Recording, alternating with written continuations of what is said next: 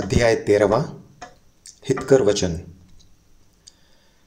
गुरुदेव अपने प्रवचनों में उन बातों पर बहुत जोर देते थे जो जीवन में सच्चे सुख और शांति की अनुभूति के लिए आवश्यक हैं।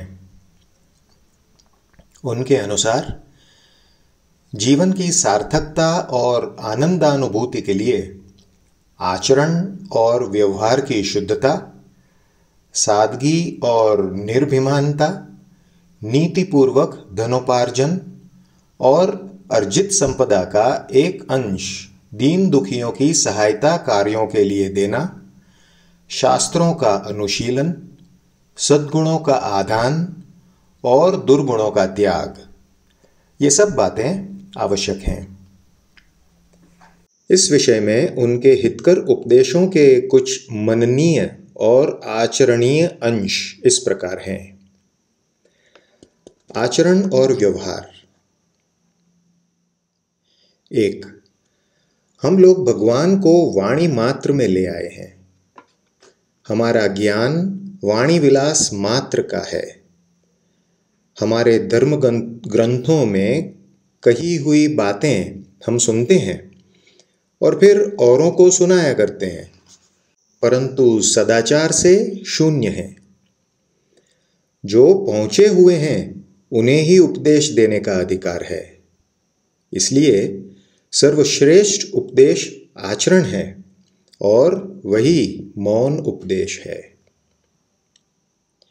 2. तुम अपने अंतःकरण की अशुद्धियों को साफ करो। हृदय में भगवान की पधरामणी करने का लक्ष्य रखो।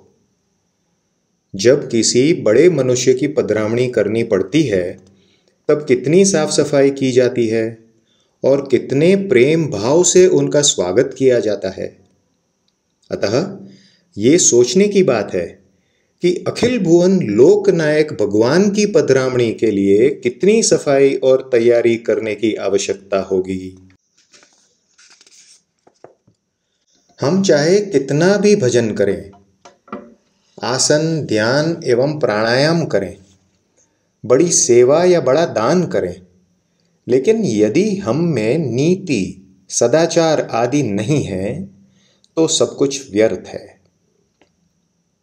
हम दुनिया को ठग सकते हैं, ईश्वर को नहीं। जगत में आए हैं तो किसी की सेवा चाकरी तो करनी ही पड़ेगी ना। फिर जगत से कुंड पर आए हो तो जगतपति की ही सेवा क्यों न करें। उनकी सेवा के माने उनके अनुरूप होकर रहना, उनके स्वभाव व गुणों का परिशीलन हमारे तन, मन व वचन के प्रत्येक व्यवहार में हो, इसकी चिंता सतत रखना। हम गीता जी, श्री मानस जी को मानते हैं, फिर सदाचार, सत्य, नीति हमारे जीवन में झलकते क्यों नहीं। बाहर की अशुद्धि और मलिनता को तो हम देख पाते हैं, वह दूर करते हैं, परंतु हमारे लिए सर्वप्रथम आवश्यकता भीतरी शुद्धि की है। 3. जब तक असत्य, छल कपट का त्याग नहीं हो तब तक जब तब, कथा श्रवण और तमाम धार्मिक क्रियाएं निष्फल रहती हैं। केवल क्रियाओं से धार्मिक हो गए या धर्माचारी हो गए, ऐसा मानना नितांत विडंबना है। आत्मश्लाघा से मनुष्य नीचे गिरता है। मैं ऐसा हूं, मैंने ऐसा किया, हमारे ये कहने से हमारी योग्यता नहीं बढ़ेगी। पुष्प की सुगंध अपने आप ही फैलती है, पुष्प सबसे कहता नहीं है। 5. हम हर साल नेत्र यज्ञ तो करते हैं, परंतु अपना भी नेत्र यज्ञ होना जरूरी है, और वो है दृष्टि नेत्र यज्ञ। उसमें पहला इलाज अहम के जाल को हटाना है। अहम पतला करना चाहिए। अहंकार मिटाने का सबसे सरल उपाय है भगवत शरणागति। 6. संसार की प्रतिष्ठा केवल अहंकार वर्धक है। मान तथा प्रभुता प्राप्त करने के लिए लोग न जाने कितने पाप करते हैं। इनसे सावधान रहो। जब मनुष्य का अधपतन होने वाला हो तब उसमें अहंकार का उदय होता है। अहंकार मनुष्य को अंधा बना देता है और सार असार का ध्यान भुला देता है। 7. अभिमान को सुरापान के समान कहा गया है। अभिमानम सुरापनाम, पर वास्तव में मद मदिरापान से भी विशेष दुखदाई है। मदिरा का नशा तो कुछ काल के पश्चात उतर जाता है, परंतु मद का नशा दीर्घ काल के बाद कटु दुखद अनुभवों के बाद ही छूटता है। ये सब मेरा है, ये मैंने किया है। इस प्रकार मैं और मेरा की वृत्ति का होना अज्ञान है। मैं स्वयं भी मेरा नहीं हूं। हे मालिक, आपका ही सब कुछ है, मैं भी आपका ही हूं। यही सही ज्ञान है। नौकर कहता है कि मेरे मालिक का है, मुनीम कहता है कि मेरे सेठ जी का है। तुम भी कहो कि सब कुछ मेरे मालिक का, मेरे भगवान का है।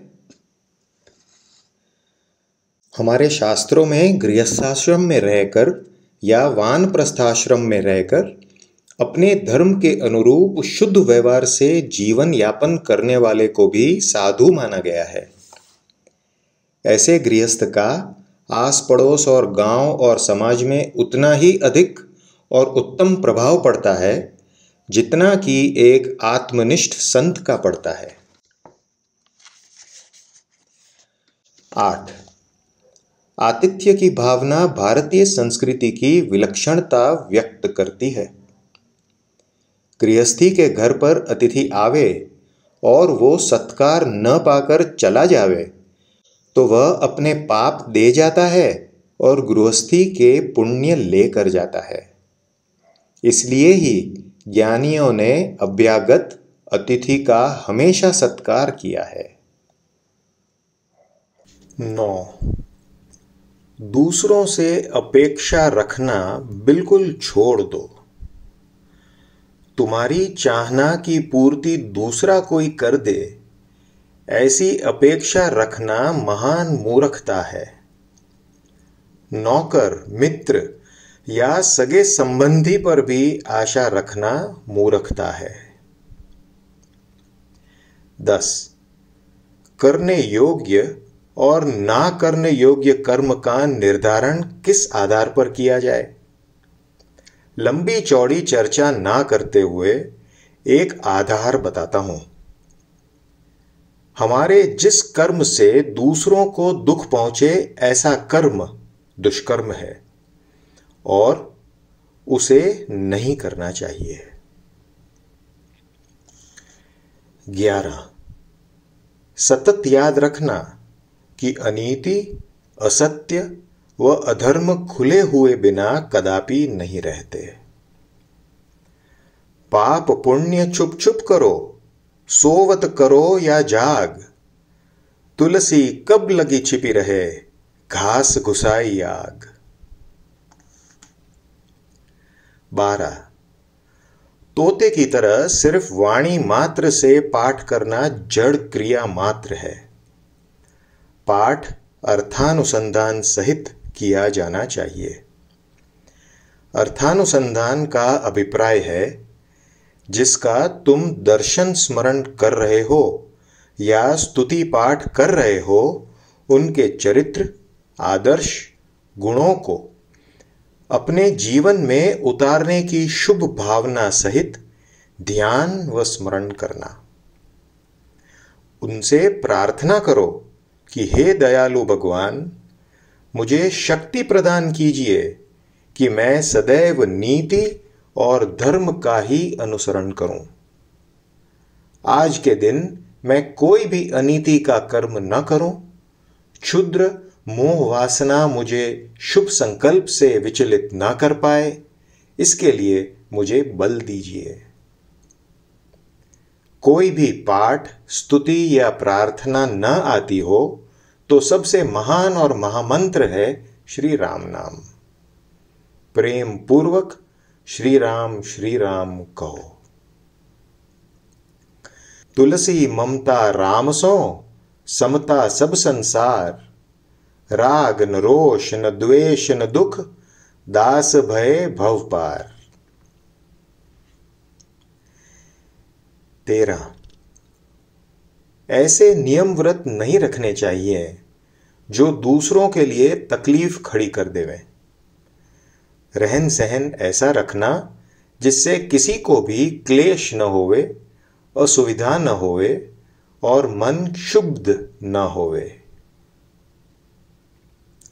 14 सभा में विक्षेप न हो, इस प्रकार बैठ जाना चाहिए। देर से आकर भी आगे बैठने की चेष्टा करना अविवेक है। यदि सभा में पूरे समय ना बैठना हो तो पीछे बैठ जाना चाहिए, ताकि वहां से उठकर चले जाने में सभा को विक्षेप ना पहुंचे। हमारे कोई परिचित जो देर से आवें, उन्हें अपने पास बैठाने के लिए बुलाना नहीं चाहिए। ऐसा करने से वक्ता और श्रोताओं को भारी बाधा होती है। 15 आश्रम व धर्म स्थान में सांसारिक व्यवहारिक विषयों की चर्चा नहीं करनी चाहिए। ऐसे पवित्र स्थान तो केवल आत्मोन्नति और प्रभु गुणानुवाद की बातें और कीर्तन करने के लिए ही होते हैं। 16 सबको अपने किए हुए पाप पुण्य का अर्थात शुभाशुभ कर्मों का फल अवश्य ही भोगना पड़ता है। अवश्यमेव भक्तोत्व्यम यम कृतम कर्म शुभाशुभम। 17 विद्या ग्रहण हुई या नहीं कैसे जाना जावे? नम्रता से जाना जाता है कि पढ़ा है या चढ़ा है, यानी विनम्र है या अहम का पुतला है। 18 जन्म से लेकर मृत्यु पर्यंत माता पिता, भाई बहन, मित्र संबंधी तथा समाज के कई स्तर के लोगों के परिश्रम के आधार पर जीवन जिया जाता है। इनका तुम्हारे ऊपर ऋण है, ये चुकाया जाना चाहिए। सत्य और हितकर वचन जिनको प्रिय नहीं और उनकी तरफ आंख मींचता है, उसका अवश्य अधोपतन होता है। अपने शुभेच्छु पर अविश्वास करना मूर्खता ही नहीं, परंतु अत्यंत कृतज्ञता है। 19 सभी साधु संतों और भक्त प्रेमियों को सदा मान देना चाहिए, कभी उनका निरादर नहीं करना। उन लोगों ने भगवान के लिए हम लोगों से कई गुना अधिक त्याग किया है, सहन किया है, तो इतना तो वे लोग हमसे आगे बढ़े हुए हैं ही। उन सब के ऊपर भगवान की छाप है। उन्होंने भगवान के लिए जीवन की निछावरी कर दी है। बस यही एक बात उनका आदर और मान करने के लिए पर्याप्त है। 20 लग्न समारंभ में अर्थात शादी ब्याह में लाखों का खर्च करके अपनी प्रतिष्ठा जमाने का ख्याल बहुत स्वार्थी और क्षुद्र है। काल ऐसा है कि आधी प्रजा बेकारी से ग्रस्त और अर्धभूखी है। ऐसे काल में धन का सदुपयोग उन लोगों के लिए करना चाहिए। कम खर्च हो ऐसा उदाहरण समाज में रखना चाहिए। 21 भगवान, गुरु, संत, वृद्धजन एवं पूजनीय के सम्मुख खाली हाथ नहीं जाना चाहिए। ये हमारी संस्कृति को, शिष्टाचार को अभिव्यक्त करने की चिरकाल से चली आ रही परंपरा है। 22. जुआ, सट्टा, वायदे का व्यापार महाभयंकर है। सर्प के साथ खेलना है, इसका त्याग ही उत्तम है। ऐसी कमाई से तो भूखे रहना लाख गुना श्रेष्ठ और हितकर है। 23. मंदिर में सुबह शाम की आरती में उपस्थित हो ही जाना चाहिए। देखो, कहीं पर भी होते हैं तो वहां मालिक या शेठ जी को सम्मान तो देना ही पड़ता है ना। इसलिए आपका फर्ज है कि सुबह शाम आरती में उपस्थित रहकर अपनी सलामी श्री सरकार को भाव निष्ठा से निवेदन करें। फिर अपने निश्चित किए हुए भगवत कैंकर्य में लग जावें। 24. अच्छेपन का सुयश और सौरभ पीछे छोड़कर जाना, तब कोई लोगों के हृदय में तुम चिरकाल तक जिंदा रहोगे। वे तुम्हें बार बार याद करते हुए कहेंगे कि बहुत अच्छे थे। सज्जनों से ही संसार स्वर्ग है। आया है तो जाएगा, क्या राजा क्या रंक। यश बाकी रह जाएगा या तो शेष कलंक। 25. संयुक्त परिवार विभाजित क्यों होता है? सहनशीलता के अभाव के कारण। सहनशीलता का अभाव क्यों? अहम की प्रबलता के कारण। संयुक्त कुटुंब में सुख, समृद्धि और उन्नति कायम रखने के लिए सहनशीलता ही एक अमोघ गुण है। 26. छोटी या बड़ी सब प्रकार की समस्याओं का हल धैर्य से ही हो पाता है। धैर्य बिना सफलता नहीं, ये ध्रुव है। धैर्य से ही बुद्धि स्थिर रहती है। 27. कोई भी संबंध हो उसे टिकाना पड़ता है, अर्थात संभालना पड़ता है। उसे संभालने के लिए कुछ सहन करो, कुछ उदार बनो। संबंध टिकाना जरूरी है क्योंकि कभी न कभी कुछ न कुछ अवलंबन की जरूरत समाज में पड़ती है। और मुख्य बात यह है कि मनुष्य को संबंधों को लेकर सुख, आनंद और उत्साह प्राप्त होते रहते हैं। 28. बालकों के माता पिता को मैं यही कहना चाहता हूं कि तुम्हारे पास चाहे कुबेर का भंडार हो, इंद्रासन की सत्ता हो, तब भी तुम अपने बालकों की सभी इच्छाओं और मांगों की पूर्ति मत करना।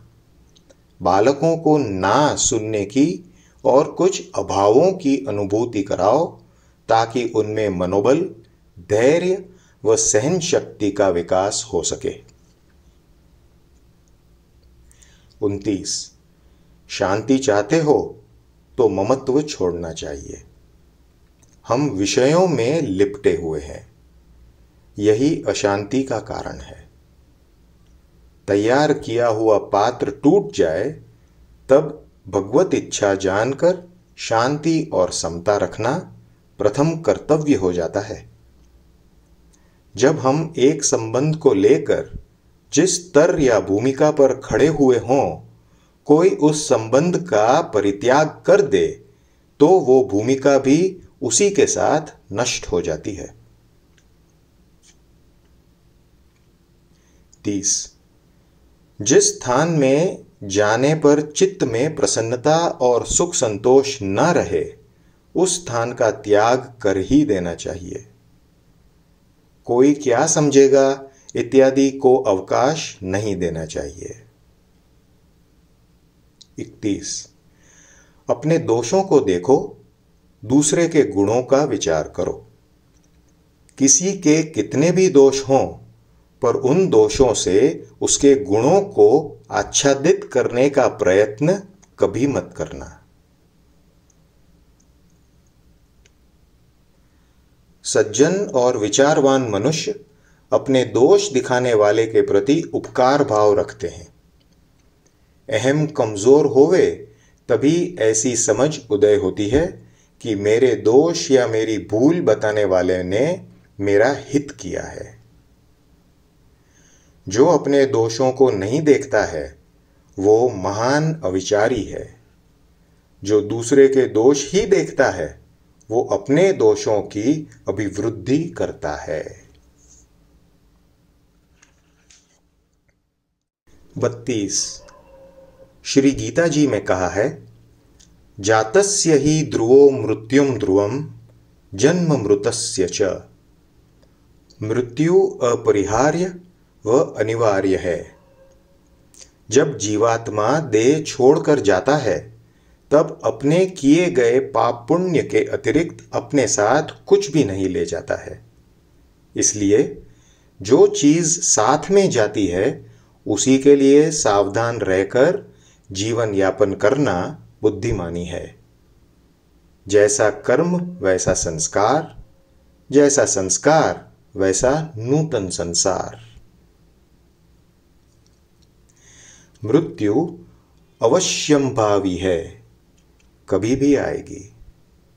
ऐसा नहीं सोचो कि हम ज्यादा बूढ़े नहीं हुए हैं या अभी हम बिल्कुल स्वस्थ हैं।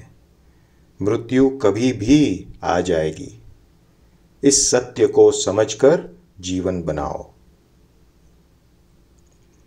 33 जब जवाबदारी उठाने वाला कोई तैयार हो जाए तो अपनी निवृत्ति बढ़ाते जाना और भजन जाप व सत्कर्मों में मन लगाना। 34 इच्छा, वासना या लालसा का होना पाप नहीं है, परंतु इनकी पूर्ति के लिए अनीति, हिंसा, झूठ इत्यादि का उपयोग किया जावे तो ये पाप कर्म हो जाते हैं। वासना, लालसा को मर्यादा के अनुसार शिष्ट बनाते रहना ही समझदारी है। इन मर्यादाओं को लेकर ही मनुष्य पशुओं से उच्च श्रेणी में है। 35 सारे धर्म का तत्व इसमें आ जाता है कि आत्मनः प्रतिकूलानि परेशान समाचरेत, अर्थात जो व्यवहार अपने को अच्छा नहीं लगता वैसा दूसरों के साथ मत करो। 36 रोटी का चोर कभी भी किसी भी परिस्थिति में बनना नहीं। अपने पास एक ही रोटी होवे तो उसमें से एक कौर सामने आए हुए दुखी, भूखे, दरिद्र नारायण या अतिथि को प्रेम पूर्वक देना। समय का अंतर हो गया है, हम भोजन पा चुके हैं इत्यादि कहकर अतिथि सत्कार में शिथिलता लाना भूल है।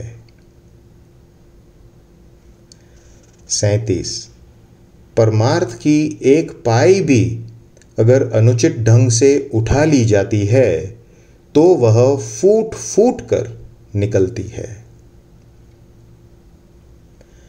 38 सोचना चाहिए कि कितना संग्रह करना है, क्यों करना है, किसके पीछे, किसके लिए और कब तक दौड़ते रहोगे। 39 अर्थ को इतना महत्व देना ठीक नहीं, कारण कि अर्थ जीवन निर्वाह का एक साधन है, मनुष्य जीवन का साध्य नहीं। 40 पर निंदा सुनना नहीं, करना नहीं। ये नियम सध जावे तो जीवन में अवश्य परिवर्तन होवे।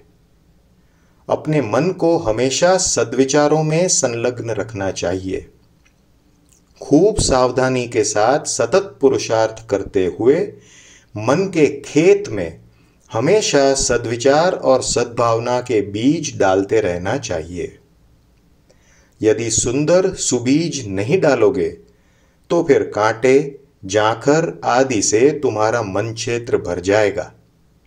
तब उन कांटों से तुम्हें भी वेदना पहुंचेगी और तुम्हारे संपर्क में आने वालों को तुम्हारे कांटे पीड़ा पहुंचाएंगे। निंदा में प्रियता रखने वालों की उन्नति या साधन में विकास होना संभव नहीं है। एक दूसरे की निंदा करने से द्वेष भाव उत्पन्न होता है। ईर्ष्या से छूटोगे तो निंदा वृत्ति से भी छूट पाओगे। 41। गरीब मध्यम वर्ग दान के सुपात्र हैं, क्योंकि वे संकोच के कारण किसी से मांग नहीं सकते। अपने कुटुंब के दीन दुखी मध्यम वर्ग के लोगों को भी मत भूलो। 42। लोकमान्यता और लोक व्यवहार की परवाह ना करते हुए सदैव ध्यान में रखना कि आय से अधिक व्यय तो नहीं कर रहे हैं ना। झूठी मान्यता के पीछे प्रतिकूल परिस्थिति को और गाढ़ी मत बनाना। झूठी मान्यता के पीछे प्रतिकूल परिस्थिति को और गाढ़ी मत बनाना। चाहे कितनी भी तंग परिस्थिति क्यों न हो, दूसरों से मांगना नहीं। कारण कि मांगोगे उसी वक्त तुम्हारी आबरू चली जाती है, तुम्हारा गौरव चला जाता है। दूसरों से क्या मांगना? जो सबको देता है उसी से मांगो ना। मांगना हो तो एक भगवान से। सब गृहस्थी हैं, परंतु जिनके यहां अतिथि सत्कार होता है वह गृहस्थाश्रमी है। श्रीमंत बहुत हैं, परंतु दूसरे के लिए जिसकी संपत्ति काम आती है वो श्रीपति है। जो जीव राम जी से प्रीति करते हैं उन्हें अन्याय अनीति से प्रीति नहीं रहती है। इसलिए उनका जीवन व्यवहार नीति, न्याय और कर्तव्यपूर्ण होकर ही रहता है। सर्वात्म भाव को बढ़ाओ। कैसे? अहम भाव को छोटा करके। भौतिक साधनों को बढ़ाने से सुख बढ़ेगा, ये भ्रम है। जितनी जरूरतें कम होती हैं उतना ही सुख बढ़ता है। भौतिक साधनों को मर्यादा में रखने से सुख स्थिर रहता है, तब शांति रहती है। परोपकार और सेवा। मनुष्य शरीर का प्रयोजन ही परोपकार है। परोपकारार्थमिदं शरीरम। अपने ही सुख का विचार पुरुषत्व है, औरों के सुख का विचार मानवता है। 2. ईशोपनिषद में कहा गया है कि इस जगत में जो कुछ भी है वो ईश्वर का निर्माण किया हुआ है। इसलिए ईश्वर के लिए पहले उसमें से कुछ त्याग करो और जो शेष रह जाए उसका भोग करो। ईशावास्यमिदं सर्वयत्किंच जगत्यां जगत् तेन त्यक्तेन भुञ्जिताः मागृदः कस्यचित् धनम्। 3. वो मनुष्य ही क्या जो दूसरे को सुख न दे, दूसरे का उपयोगी न होवे, अपने माता पिता, भाई बहन तथा रिश्तेदारों को, संबंधी को, पड़ोसी को भी उपयोगी न होवे। जो मनुष्य कर्तव्य परायण है वही मानव है। 4. मनुष्य मात्र के लिए सनातन धर्म है भूखे को अन्न देना, प्यासे को जल देना, बीमार को दवा और सेवा देना, दुखी पीड़ितों को प्रेम, करुणा व अवलंबन देना, नित्य प्रति यज्ञ यानी सत्कर्म करना तथा अतिथि व संत की सेवा करना। यदि इनका आचरण नहीं है तो हम मानव नहीं हैं। 5. भगवान के यहाँ धन, रूप, सत्ता इत्यादि का तौल नहीं किया जाता, परंतु मानवता ही मान्य रखी जाती है। मानव वही होता है जो सेवा में सहर्ष तत्पर हो। सेवा नहीं तो मानव और पशु में अंतर ही क्या रह जाता है। 6. दूसरों को सुख देने के निमित्त, ऊंचा उठाने के निमित्त जितने समय और शक्ति का उपयोग किया हो वही सच्ची कमाई है। तुमने कितनों को सुखी किया है, कितनों को ऊंचा उठाया है, कितनों के जीवन में उचित परिवर्तन कर पाए हो। अगर इनकी संख्या बढ़ती है तो समझना कि तुमने कुछ कमाई की है, तुम्हारे जीवन का सदुपयोग हुआ है। 7. भूखा मनुष्य कौन सा पाप नहीं करता है। भूख मनुष्य का सर्वनाश कर देती है। पेट भरा हो तो मानव को धर्म, समाज, शासन, साहित्य आदि होना यथार्थ लगता है। भूखे लोगों के आगे धर्म, समाज, शासन आदि बातों का कोई मूल्य नहीं हो सकता। इसलिए यदि मानवता अक्षुण्ण रखनी हो तो आसपास जो कोई भी भूखा हो उसे खिलाओ, पेट भर खाना दो। अन्नदान प्राणदान है। दरिद्र नारायण की सेवा साक्षात ईश्वर सेवा है। 8. सर्वदानों में अन्नदान महादान है, जो प्राणी मात्र को सद्यः तुष्टि और पुष्टि देता है। पंचभौतिक देह के लिए भोजन अनिवार्य है, इसीलिए अन्न को अन्न ब्रह्म कहा गया है और अन्नदान प्राणदान माना गया है। 9. हम सोच भी नहीं सकते कि कितने अधिक अभावों में असंख्य दीनों का जीवन बीत रहा है। विचारवान मनुष्य को उनके प्रति उदार व हमदर्द रहना चाहिए। तन पवित्र सेवा किए, धन पवित्र कर दान, मन पवित्र हरिभजन कर, होत त्रिविध कल्याण। धन की 3 गतियां हैं, दान, भोग और नाश। मनु भगवान ने स्पष्ट आदेश दिया है कि जितनी आमदनी होवे उसका 10वां भाग धर्मार्थ परमार्थ के उपयोग में करना ही चाहिए। ये धन को शुद्ध करने का उपाय है। लक्ष्मी देवी को शुद्धि चाहिए, वो अशुद्धि में नहीं रहती। 10.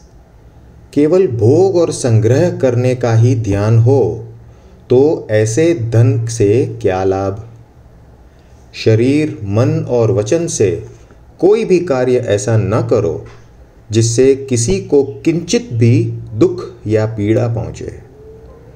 यदि सुख चाहते हो तो दूसरों को सुख दो, मान चाहते हो तो दूसरों को मान दो। 11. जिस प्रकार भी हो सके किसी भी रूप में जन सेवा करो। तन, मन, धन या वचन से भी उत्कृष्ट सेवा की जा सकती है। जिसके पास धन है और मन की भी क्षमता है, उसे सेवा में धन और मन दोनों का उपयोग करना चाहिए। और अगर तन अपाहिज या दुर्बल न हो तो तन को भी सेवा कार्य में लगाना चाहिए। तात्पर्य यह कि भगवान ने जिसको जो भी दिया है उसे पुरुषार्थ में लगाना चाहिए। सच बतलाइए कि आप सब क्या चाहते हैं? प्रसन्नता और सुख ना? तो इसका बिल्कुल सरल परंतु निश्चित उपाय यही है कि दूसरों को सुख दो। 12. पैसे होने पर भी उपभोग और दान सत्कर्म न करने वाले की धन संपत्ति निरर्थक होती है। पैसे होने पर भी उपभोग और दान सत्कर्म न करने वाले की धन संपत्ति निरर्थक होती है। ये मानव जीवन अति उत्तम क्षेत्र है। इसमें अच्छे अच्छे बीजों की बोनी कर ही लेनी चाहिए। अगर तुम अच्छे बीजों की बोनी नहीं करोगे तो इसमें घास, कांटे, जाखर उग आएंगे। बोया हुआ बीज एक ही फल नहीं देता है, कई 100 गुना फल देता है। और आज जो बीज बोया जाता है वो आज ही फल नहीं देता है, कालांतर में देता है। इसी प्रकार आज के किए हुए कर्म जन्मांतर में फल देते हैं और अनेक गुना फल देते हैं। 13. यदि हम सच में आस्तिक हैं या अपने को उदार समझते हैं तो हमें उन लोगों में जो सेवा और दया के पात्र हैं ईश्वर दिखाई देना चाहिए। दीन दुखियों के प्रति दया दिखाने या उनको कुछ देने से हमारा कर्तव्य पूरा नहीं हो जाता। उनको रहन सहन की, स्वच्छता की, बच्चों को संभालने की, जुआ नहीं खेलने की, शराब नहीं पीने की, भांग, तंबाकू इत्यादि व्यसनों को छोड़ने की, हितकर व अच्छी बातें समझाना भी हमारा फर्ज है। 14. मेरा सिद्धांत है कि प्राण रहते तक दूसरों का हित करना, दूसरों के कल्याण हेतु स्वार्थ रहित भगवत स्वरूप समझकर सेवा करना, दुखी जन को जैसी सहायता चाहिए वैसी देना, गरीब को अन्न वस्त्र देना, रोगी को दवा परिचर्या देना तथा अनाथ विद्यार्थियों व बालिकाओं को सहायता देना। स्मरण रहे कि सेवा में अहंकार का लेश न रहे। ऐसी सेवा से तुमको एक अनुपम तुष्टि का अनुभव होगा। 15. दिनचर्या में सेवा का स्थान मैं प्रथम मानता हूं। परोपकार तो नित्य कर्म होना चाहिए। जैसे स्नान, भोजन, भजन, व्यापार धंधा आदि नित्य कर्म हैं, वैसे ही सेवा और परोपकार नित्य कर्म है। सेवा ही परम धर्म है, शरीर का श्रेष्ठ उपयोग है। सेवा करके धर्म संग्रह करना, नाशवंत शरीर के द्वारा धर्म का संग्रह करना, यही बुद्धिमानी है और यही परम कर्तव्य है। कोई भी एक छोटा सा सेवा कार्य देहात में शुरू करो। देहातों में रहने वालों को गले लगाओ, उनको ऊपर उठाओ। अपनी पहुंच के परिमाण में जो अपने से नीचे के स्तर पर है उसे ऊपर उठाने के प्रयत्न को जीवन का एक ध्येय बनाकर राहत प्रवृत्ति, सेवा प्रवृत्ति प्रारंभ करो। सच्ची निष्ठा से करते रहोगे तो थोड़े ही समय में कितने ही तुम्हारे मित्र, परिचित, अड़ोसी पड़ोसी भी उसमें सहयोग देने लगेंगे। आहार।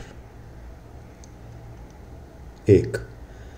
आरोग्य युक्त शरीर ही धर्म, अर्थ, काम और मोक्ष का मुख्य साधन है। शरीर स्वस्थ रहेगा तो ही ये चारों पुरुषार्थ साधे जा सकेंगे। तो ही मन प्रसन्न चित्त रहेगा। यदि शरीर अस्वस्थ है तो कोई सुख आनंद भोगा नहीं जा सकता। 2. निरोगी काया ये प्रथम सुख है।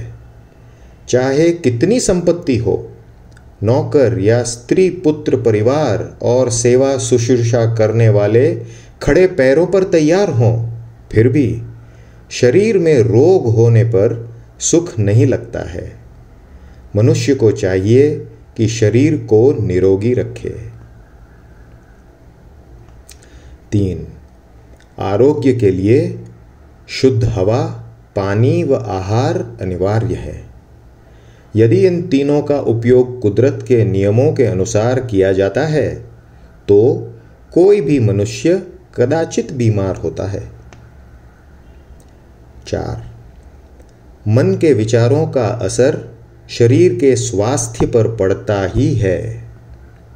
विचारों, भावनाओं की कमजोरी और मलिनता तुम्हारे शरीर को स्वस्थ नहीं रहने देंगे।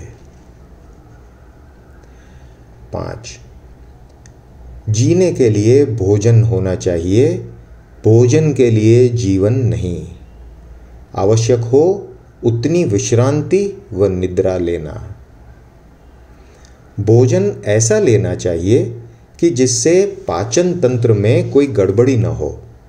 ज़्यादा घी तेल वाला और ज़्यादा मसाले वाला आहार न लें। छांदोग्य उपनिषद में कहा है कि शुद्ध आहार से अंतःकरण की शुद्धि होती है।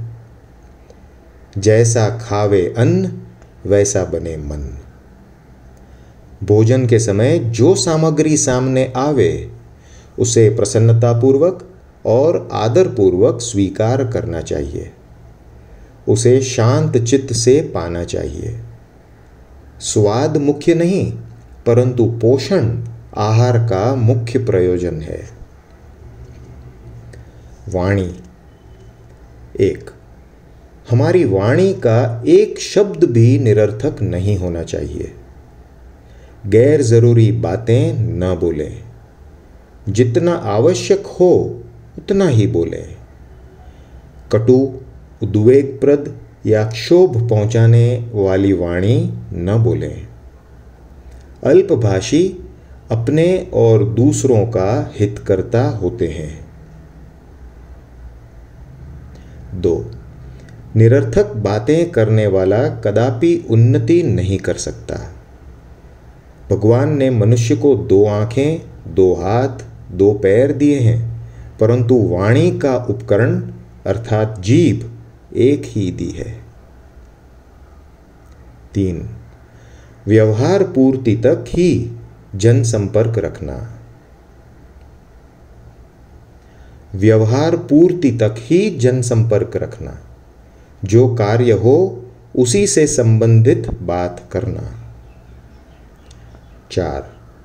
मूर्ख और दंभी मनुष्य का प्रमुख लक्षण यह है कि वह जरूरत से ज्यादा बोलता रहता है। 5. अपने क्रोध या अशुभ वाणी या वर्तन को प्रयत्नपूर्वक अपने वश में रखना। दूसरों के वाणी, वर्तन, विचार आदि के लिए कभी अनुमान नहीं करना और न कभी इनका न्याय करने को बैठना। सबका न्याय करने वाला तो एक भगवान ही है। क्षुद्र वासना विकारों से भरे हुए हम तुम कौन होते हैं जो दूसरों के लिए अच्छे बुरे का निर्णय करें। 6. क्रोध मनुष्य को नीचे गिरा देता है। क्रोध का उद्भव अहम की प्रबलता से होता है। विचार और वाणी के संयम से क्रोध को जीता जा सकता है। क्रोध से छूटना चाहते हो तो अपने दोषों और अहम पर सच्चे हृदय से विचार करो। उन्हें सच्चे हृदय से स्वीकार करो और आज तक के क्रोधपूर्ण व्यवहारों के लिए सच्चे हृदय से पश्चाताप करो। क्रोध फिर से न आवे इसकी सतत सावधानी रखो। समय का सदुपयोग। 1. समय का खूब सदुपयोग करो। इस संसार में सबसे बड़ी हानि क्या है? समयच्युति, अर्थात समय का व्यर्थ खोना। खोई हुई सारी चीजें किसी न किसी प्रकार से पुनः प्राप्त हो सकती हैं, परंतु खोया हुआ समय पुनः कदापि प्राप्त नहीं हो सकता। ये जीवन कितने समय तक है? आयुष्य कब पूर्ण हो जाएगा कौन जानता है? तो जिंदगी का सुंदर से सुंदर उपयोग करना चाहिए। जिंदगी बहुत मूल्यवान है, क्योंकि परिमित अर्थात सीमित है। 2. अपने शुभ संकल्पों को शीघ्र ही अमल में लाने का प्रयत्न करना। इतनी और ऐसी सुविधा या वैसी अनुकूलता हो जाने पर करूंगा, ऐसा सोचने वाला सोचते ही रह जाता है। 3. बीता हुआ समय भूतकाल है, जो कभी वापस नहीं आता। वर्तमान का एक एक क्षण भूतकाल हो जाता है। भूतकाल व भविष्यकाल की संधि ही वर्तमान है, और इसी का मुख्य प्रभाव हमारी उन्नति या अवनति पर पड़ता है। जो वर्तमान को बिगाड़ता है, उसका भविष्य भी बिगड़ता है। भूतकाल में ही रहोगे तो फिर साधन भजन कब करोगे? भूतकाल की स्मृतियों से चित्त विकृत होता है और कुछ लाभ नहीं। भूतकाल को सर्वथा भूले बिना आगे बढ़ना असंभव है। 4. जब तक भूतकाल के कीचड़ में डूबे रहोगे, तब तक किसी समस्या का हल नहीं हो सकेगा।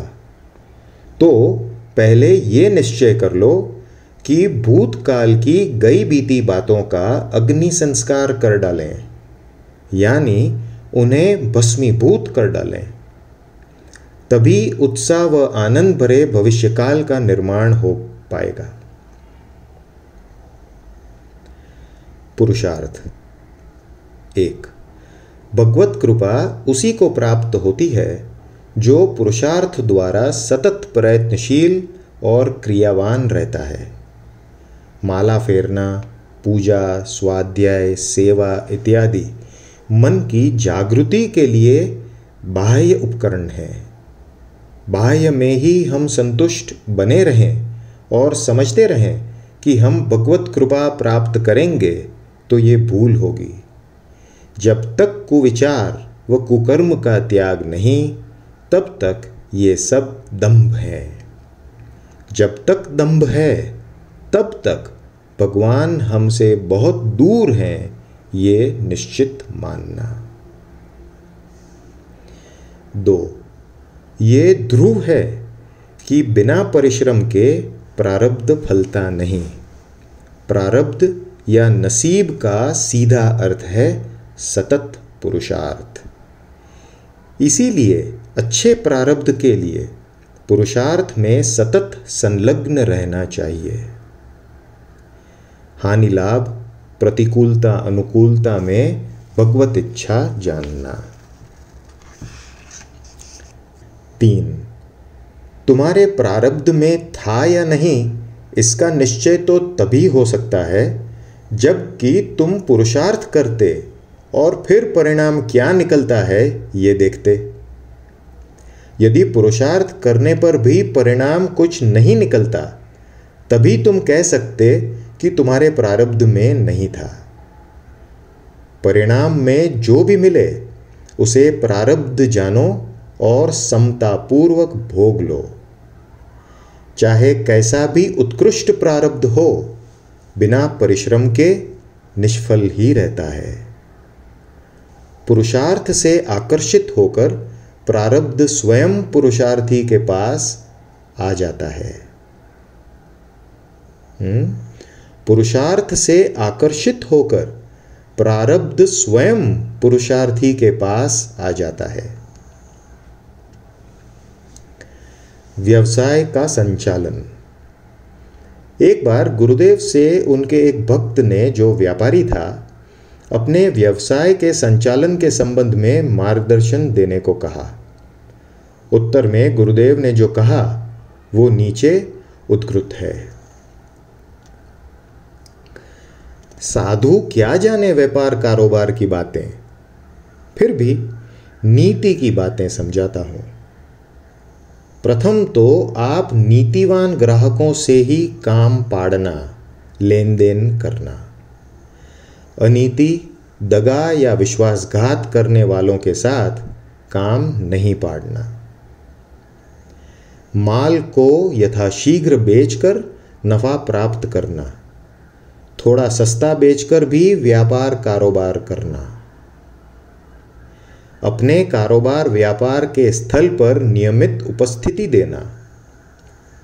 इसके पश्चात ही व्यवहार व समाज के कार्यों के प्रति समय देना। कारोबार के संबंध में समस्त जानकारी प्राप्त करने का सतत प्रयत्न करना। नामा हिसाब आदि की जानकारी पक्के तौर पर सीख लेना। हिसाब के चोपड़े प्रतिदिन देखना। मुनाफे का नाप निश्चित व एक ही रखना। चाहे छोटा लड़का भी तुम्हारे पास माल लेने आवे, उसे माप के हिसाब से निश्चित कीमत पर ही माल देना। इस विश्वास का कदापि घात नहीं करना। गोदाम व दुकान में माल को सुव्यवस्थित ढंग से रखने की तकेदारी रखना। अपने कारोबार के स्थान में लक्ष्मी जी और लक्ष्मीपति की नित्य उपस्थिति है, ऐसा भाव रखना और उन्हें सुबह शाम प्रणाम करना। प्रामाणिकता व नीति का कदापि त्याग नहीं करना। सहज सुहृद गुर स्वामी सिख, जो न धरई सिर मानी, सो पछताई अधाई उर, अवसी होई हित हानि।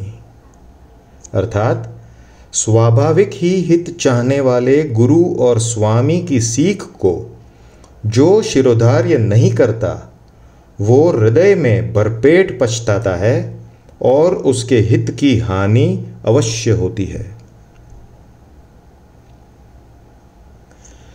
श्रूयताम धर्म सर्वस्वाम, श्रुत्वा चैव अवधार्यताम, आत्मनः प्रतिकूलानि परेशान समाचरेत। इसका अर्थ है, धर्म का ये रहस्य सुनो और सुनकर हृदय में धारण करो। कौन सा रहस्य? कि जिसे अपने लिए बुरा समझते हो, उसे दूसरों के लिए मत करो। श्लोकार्धेन प्रवक्ष्यामि यदुक्तं ग्रंथकोटिभियाः, परोपकार पुण्याय पापाय परपीडनम। अर्थात मैं आधे श्लोक में वो कहूँगा जो करोड़ों ग्रंथों में कहा गया है। क्या कहा गया है? दूसरों का भला करने से पुण्य होता है और बुरा करने से पाप। जय गुरुदेव।